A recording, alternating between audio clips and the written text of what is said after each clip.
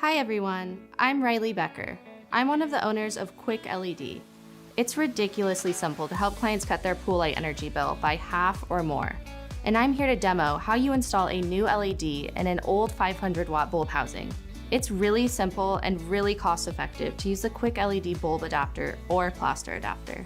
Here are the tools you need to succeed: a QwikLED plate, or for the plaster pros, a QwikLED plaster, and an LED light. Before beginning the installation of your QwikLED adapter, make sure all the power is off to your pool equipment and pool lights. Always double check that the power is off at the pool light J-box, where the lights are connected to power. Next, pass your new LED pool light through the QwikLED adapter and secure it. Set the bottom of the QwikLED tab onto the top of your existing pool light ring tab. Use your existing pool light set screw to secure the adapter. And that's it! Now this tip is for the pool plaster pros. Using our QwikLED plaster adapter, we want to make sure that you use the adapter that looks like this. You need to plaster the adapter before installing the new pool LED light. You're going to plaster here so that only the face of the bulb shows, and the look is sleek and modern.